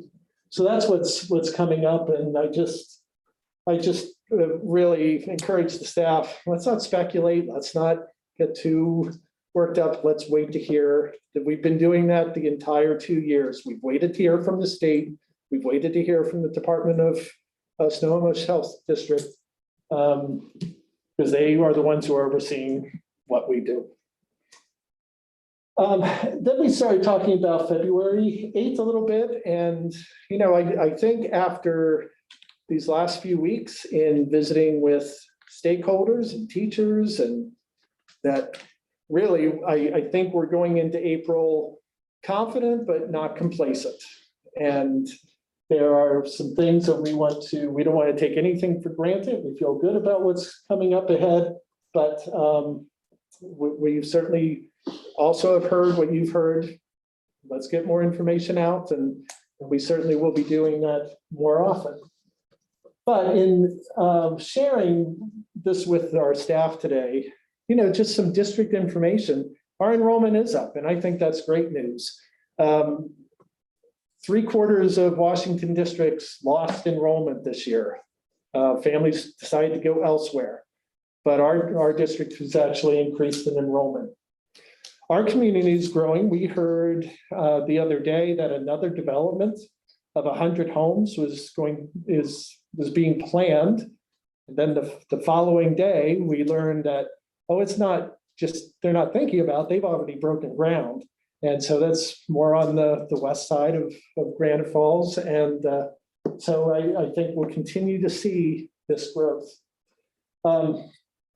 Try to, you know, reassure our staff that, you know, when we look at 22-23, staffing should be relatively stable. We need to pass this levy, but you know, I don't want to lose our good staff elsewhere out of this sphere. So again, we're really pushing, getting the information out to our community. And probably most important is that last item, and that is what we need to do right now is keep the main thing, and that is good quality instruction, gets our kids engaged and gets our families engaged. And once March 12th comes along, I'm hoping we can just open our doors and just encourage more and more participation. So some of the stats from, this was important to share with our staff. We have about 11,000 registered voters in our district. And of that 11,000, 3,000 voted, which is down a little bit from the November 21 election. So 3,000 total voted. Again, our general education levy, that lost by about 200. Our tech capital levy lost by 16. And then we started talking about our staff makeup. We have about 360 staff members. A number of them live out of town, but there are a number that live in town. And when I say staff, I'm including our community coaches, subs, as well as our day-to-day staff. And when I went through the voter rolls, we had 118 of our own staff that didn't vote, which shows me, yeah, we need to get the information out even more. I think there's an assumption that, you know, Granite Falls has always passed their levies. It'll probably pass. They don't need my vote. We need every single vote. So we're encouraging everyone to cast their ballot. The areas of concern as we went through the precincts in town, it was about 60% in favor of the levies, which is great. But there are a couple of areas of concern that we certainly want to encourage people to to vote, and we want to get more information out to them. And so that includes some neighborhoods on Menzel Lake, the development of Glenmore Estates, sort of that, it's not necessarily a precinct, it actually covers a couple of different precincts, but Getchell Station, that sort of narrow north-south area, that was closer to about 35 to 40% in favor. So there are some outlying areas that need some additional information, and so we're certainly going to oblige on that. And Bosworth was another sort of general area that's not as well formulated as to which area, but in general, that was a lower voting turnout or voting positive. So on this slide, we've shown a lot of words. So I just thought, what do these levies mean for Granite Falls? And it's sort of cut off up there, but a picture of someone on a roof. We replaced a roof last summer on the multi-purpose room, $43,000 coming from the Capital Tech levy, which is $750,000, a replacement levy. When we purchase equipment, whether it's snowplow or lawnmower, that comes from the Capital and Tech levy. We shared last meeting that we're funded for 0.5 nurse, is that right? A third of a nurse. A third of a nurse. Can you imagine these last 2 years trying to do what we did with 0.3 of a nurse? That's our funding. Of course, Chromebooks and technology, that's been a huge part. Our maintenance staff, our tech staff comes from tech levy. We want to add a regular rotation of curriculum. We have set aside, but thank you for this, seeing the vision of $500,000 each year for curriculum adoption. A healthy, vibrant, viable curriculum is so important to the success of our students. We have science books at the high school that are 20 years old. We have teachers who have to draw from other resources. It's time to get on a rotation so that this year we're looking at math and we'll be adopting a math series, K-12. Next year it'll be another area and so forth. So that about every 6 years, we're going back and we'll visit math in 6 years and say, okay, is our current curriculum effective, timely, still viable? Do we need to look at something different? So this levy specifically says $500,000 for curriculum. Extracurricular, of course, nothing is funded from the state for extracurricular. And then the lower left photo is simply, that represents our whole staff. We are almost 90% of our budget goes to staff. So when it comes to $5 million in cuts, extracurricular is nickels and dimes. It's going to come in staffing. I mean, there's no other way around it. Every single department, every single school would be impacted by that. So what does that look like? This is the Granite Falls School District without levies. So we're looking at not as many staff, not as much tech support, not as many nurses, not as many custodians, let alone some of the things that we're just not funded for at all. So it's very stark. But this is the other place we could be really impacted, and that is class size. This is what separates us from some of our neighbors, is our class sizes, especially throughout. They're not too bad. And when you look at some other districts where it's every high school class is 30 to 35. So our current classroom ratio versus our levy dollars, if they're absent, one possibility, one very likely possible outcome would be larger class sizes.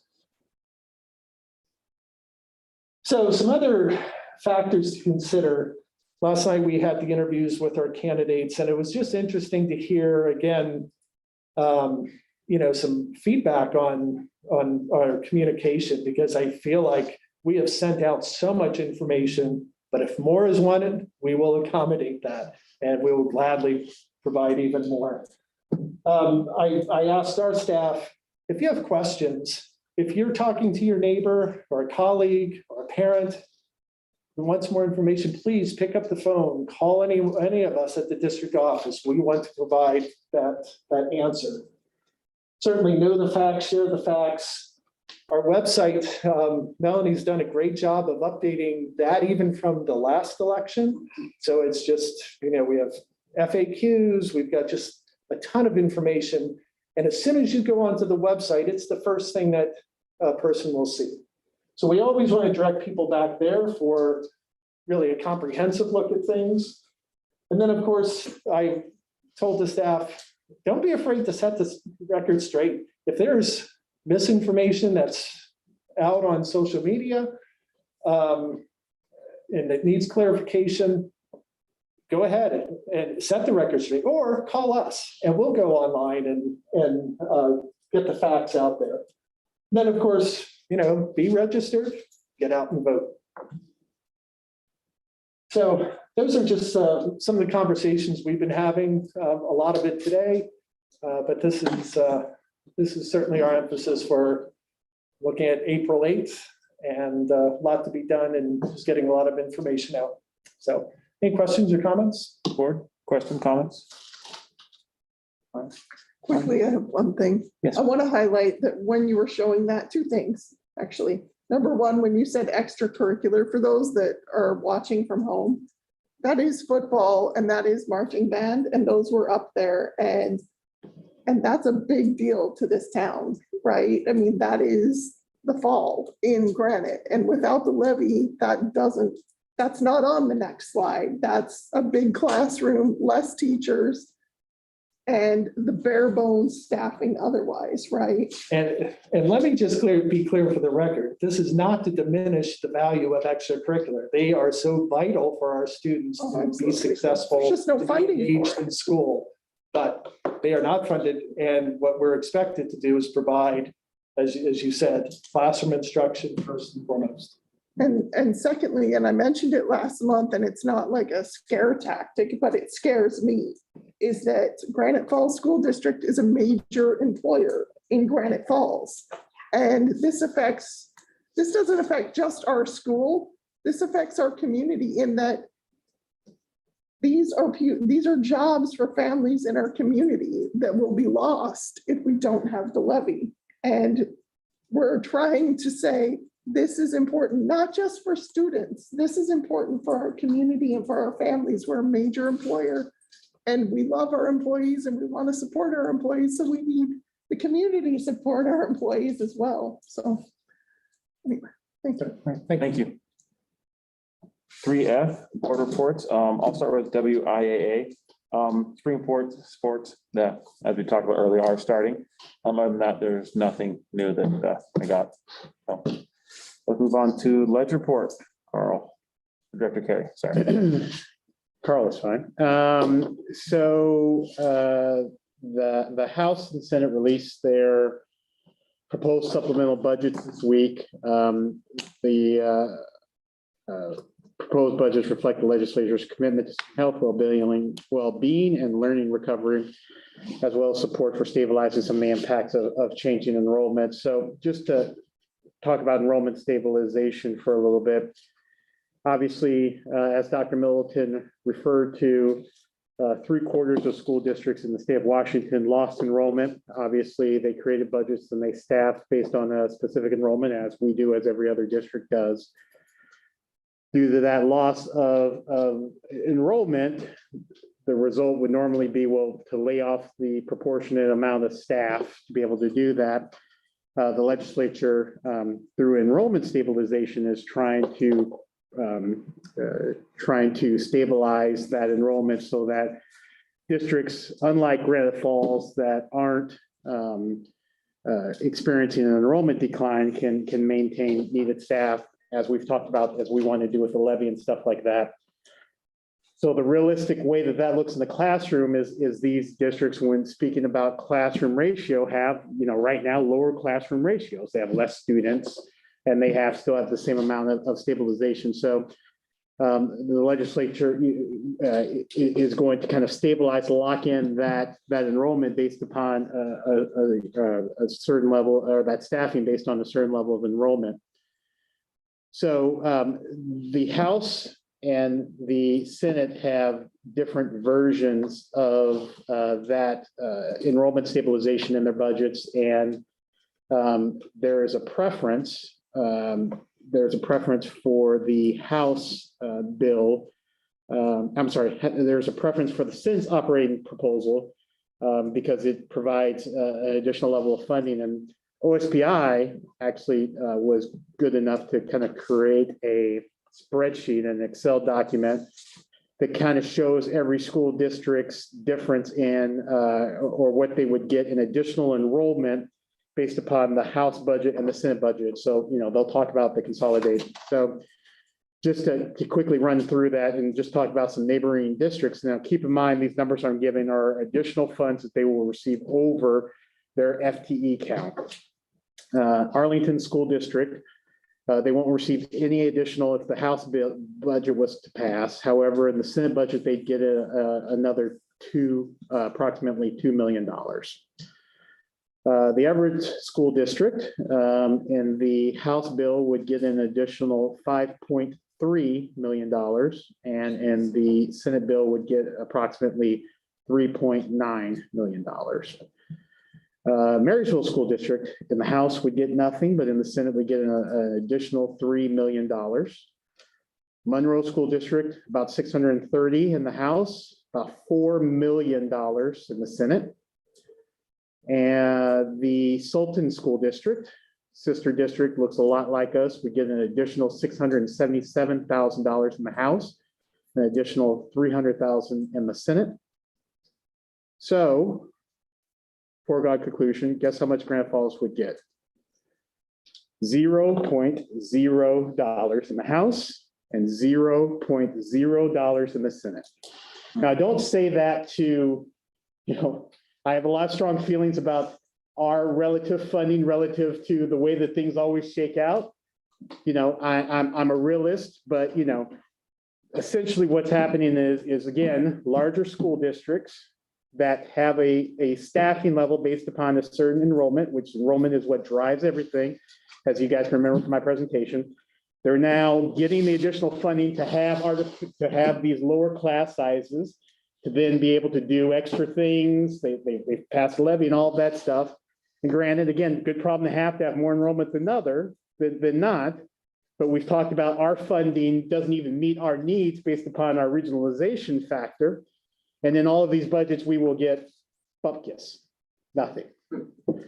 So just as a note, because I find this interesting, if I did the math right, over the 4 years of the proposed levy, we are asking for approximately $23 million. Just as a note, the Bellevue School District, and Bellevue is a much larger school district, extremely affluent area, but the Senate is going to give them an additional $17 million for enrollment stabilization in that district. The House will give them an additional $9 million. Is it just for 1 year? Just for 1 year. And the Seattle Public School District, obviously huge district, largest school district in our state, would get an additional $29 million. So $6 million more than we are asking for 4 years of the levy from our residents, and an additional $22 million from the Senate. So, why do I talk about this stuff? There's a lot of conversation I hear online and in other places about how, again, McCleary fixed it, or I've got no more to give, or why don't you go to the state and ask for additional funding? To which I agree wholeheartedly. The state is not its fiduciary responsibility to provide equitable funding for the Granite Falls School District, period, exclamation point. However, this is the world that we live in, and it is what it is. And we desperately, in order to maintain the things we need, we desperately need to pass this levy, because as you can see, unfortunately, the reality is, ladies and gentlemen, the cards are stacked against us. No one is coming to help Granite Falls. We have to do what we've always done and do more with less and help Granite Falls ourselves. Okay, so that's all I'm going to say on that. Anyway, just a couple other things real quick. The Senate Bill 5155, which is a prejudgment interest bill, seems to be moving through. It concerns prejudgment interest.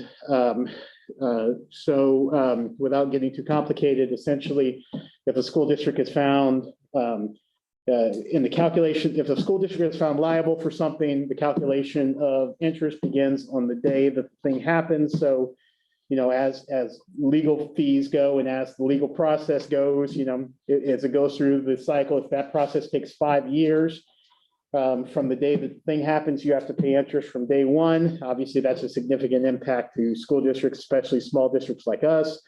There's a lot of pushback, rightfully so, on that.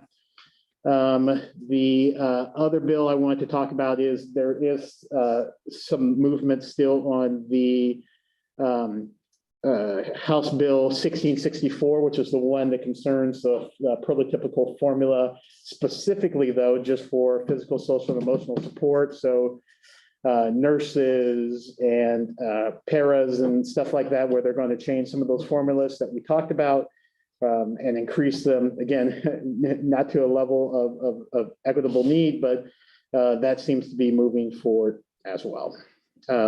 None of that's, but it certainly has not passed yet. So on those bills, and I can certainly give the board or anyone else information on how to get a hold of our legislators. I've had multiple conversations with 2 of ours. One of them is awfully hard to get a hold of. I've had multiple conversations with 2 of our legislators and expressed the needs of Granite Falls and have talked about how they need to support these bills. I would welcome anyone else to reach out to them to also express the needs of passing these specific bills. As I said, I can give that information if needed. So that's all I've got. Any questions for Director Perry?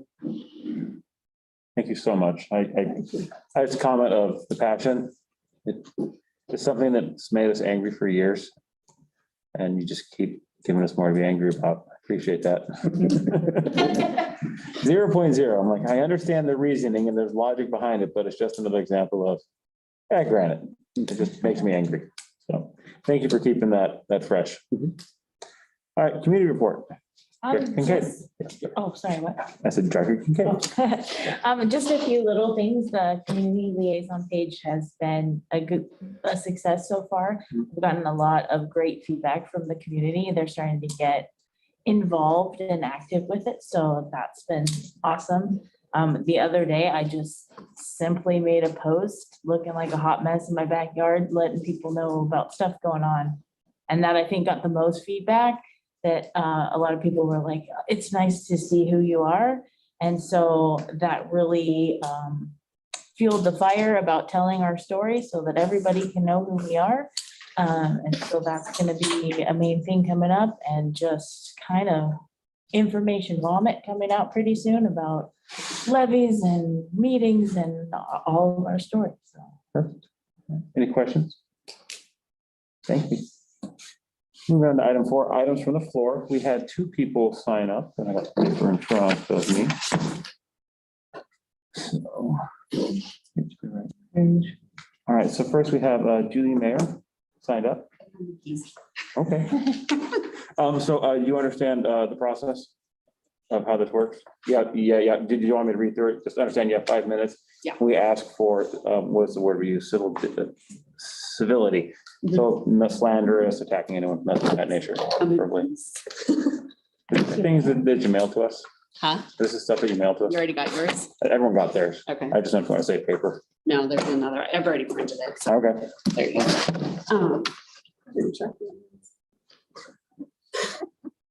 go. You're, yeah. Yeah, right there, and your time has started. Okay, good.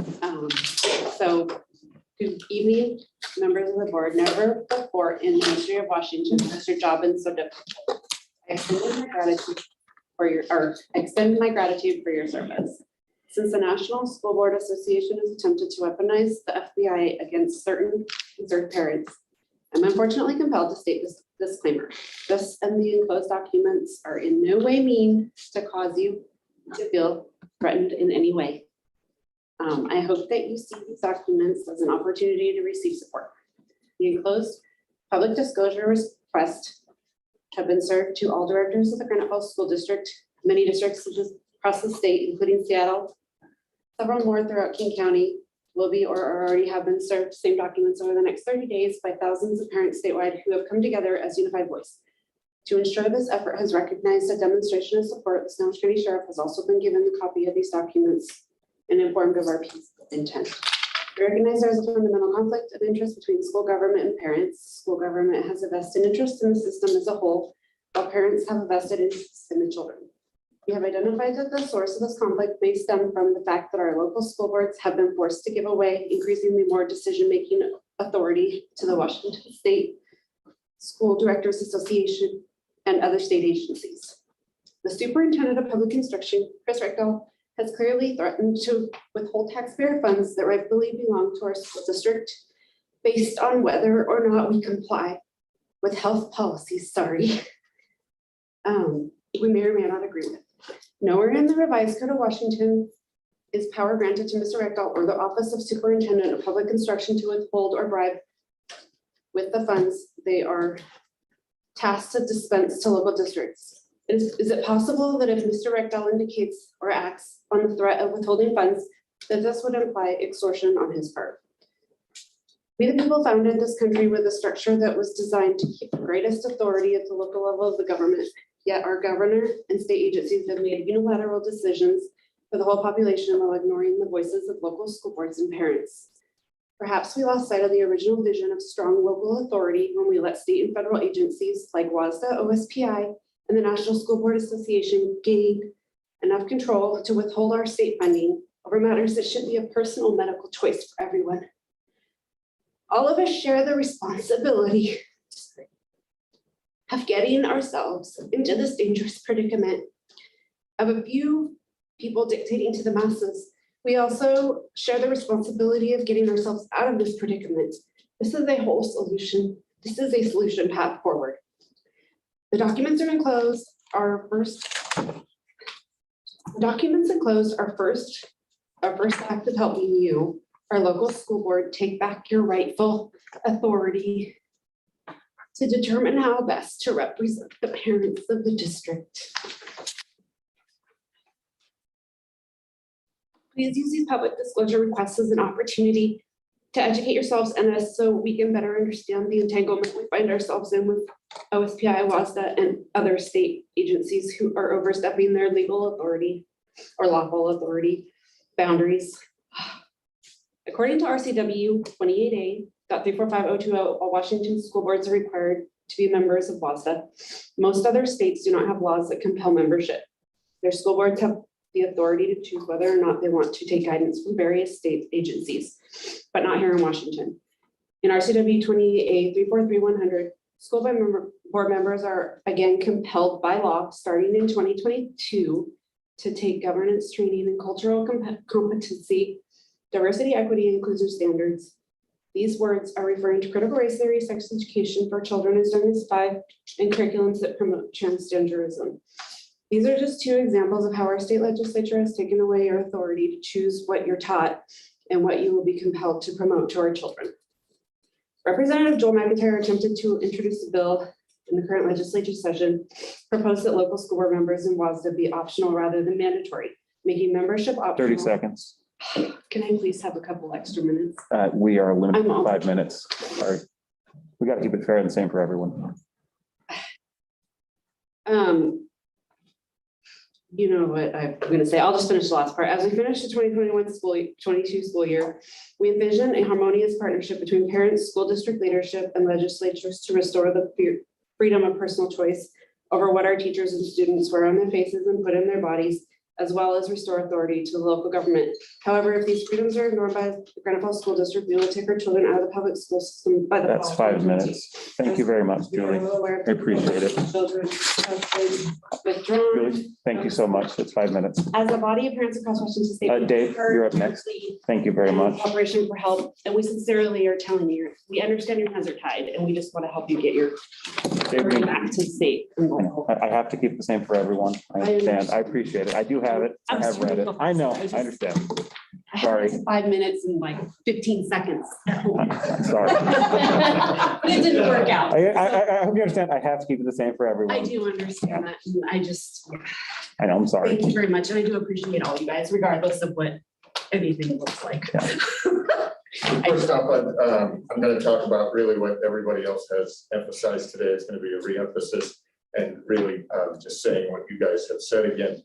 First off, thank you for rerunning, agreeing to rerun it. We've heard tonight that it's vital for the operations of the school.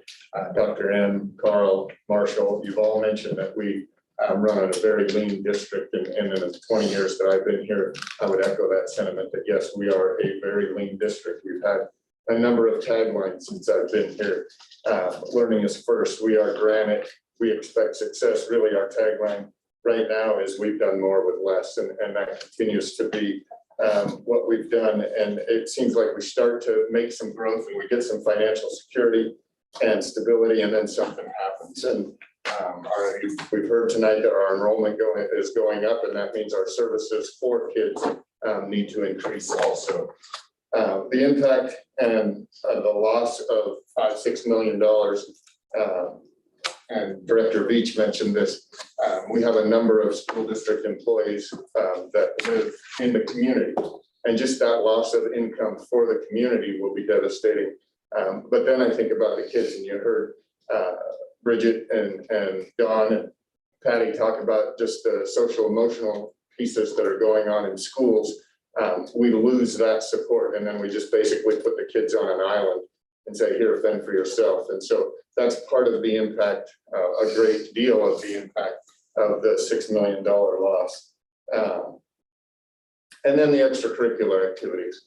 I think back to my school days 40 years ago, and the things I remember are the band concerts that I participated in, the drama performances that I went to, the sporting events. I'm a first generation college graduate from my family, and I wouldn't have gone to college without having an opportunity to play sports. And so the impact, the loss of the extracurricular piece for kids, and I don't need to go into the data or the research, but Dr. M mentioned it, that is key for kids coming to school. Why am I coming to school? Because I have this to look forward to.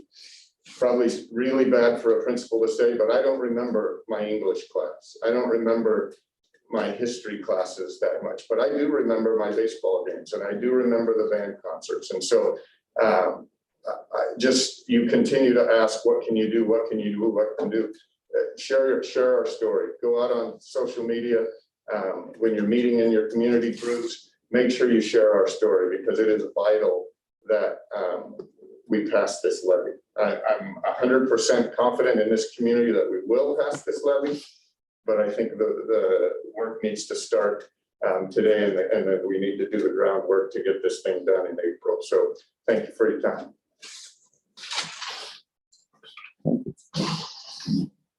All right, item 5A, unfinished business, there is none. 6A, none for new business. Move on to the consent agenda. We didn't get any additions to this agenda, correct? All right, so that being the case, that it is, Carl, help me with the word here. Unanimous consent. Unanimous consent. I'm gonna learn that one of these days, probably when I'm done being president. It passes by unanimous consent. That means that we are adjourned at our meeting at 8:03 p.m. Thank you so much, everyone, for coming tonight. Thank you all.